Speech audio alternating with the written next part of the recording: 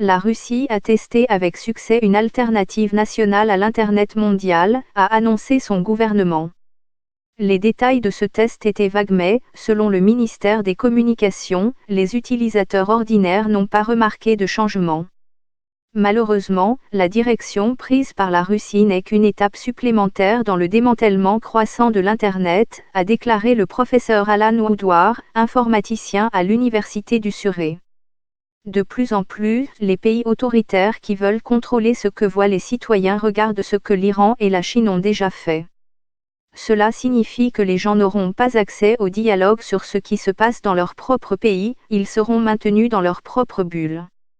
L'initiative consiste à restreindre les points auxquels la version russe du réseau se connecte au réseau mondial, ce qui donne au gouvernement plus de contrôle sur ce à quoi ses citoyens peuvent accéder.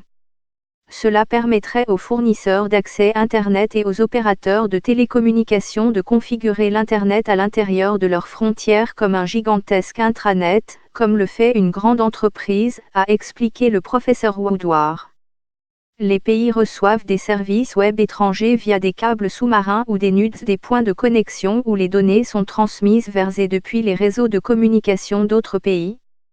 Ces derniers devraient être bloqués ou du moins réglementés. Cela nécessiterait la coopération des ISP nationaux et serait beaucoup plus facile à réaliser si une poignée d'entreprises publiques seulement était impliquée.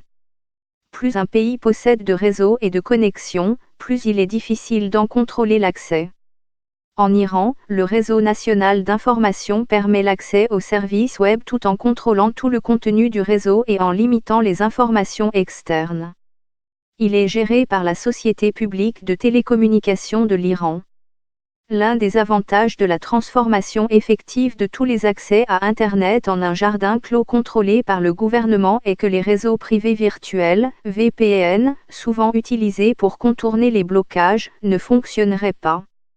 Un autre exemple est celui de la Grande Muraille de Feu de Chine.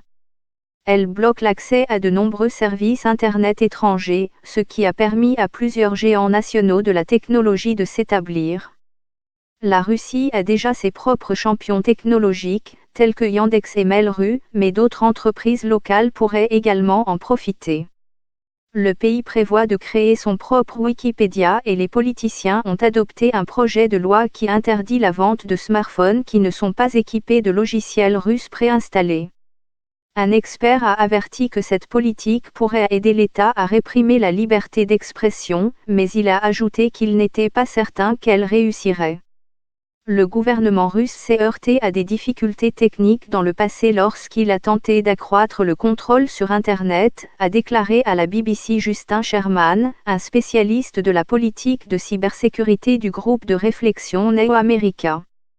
Selon lui, ces efforts ont été largement infructueux, pour empêcher les Russes d'accéder à l'application de messagerie cryptée Telegram.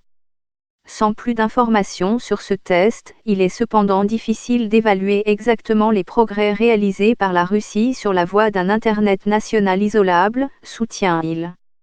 Et sur le front des affaires, il reste à voir jusqu'à quel point la Russie sera repoussée à l'intérieur et à l'extérieur, dit-il. Les agences de presse locales, dont la Pravda, ont rapporté que le directeur adjoint du ministère des Communications avait déclaré que les tests du projet s'étaient déroulés comme prévu. Les résultats des exercices ont montré qu'en général, tant les autorités que les opérateurs de télécommunications sont prêts à répondre efficacement aux risques et menaces émergents, pour assurer le fonctionnement stable de l'Internet et du réseau de télécommunications unifié en Fédération de Russie, a déclaré Alexis Sokolov. L'agence de presse publique TASS a indiqué que les tests avaient évalué la vulnérabilité des dispositifs d'Internet des choses et qu'ils comprenaient également un exercice pour tester la capacité de Runay à résister aux influences négatives externes.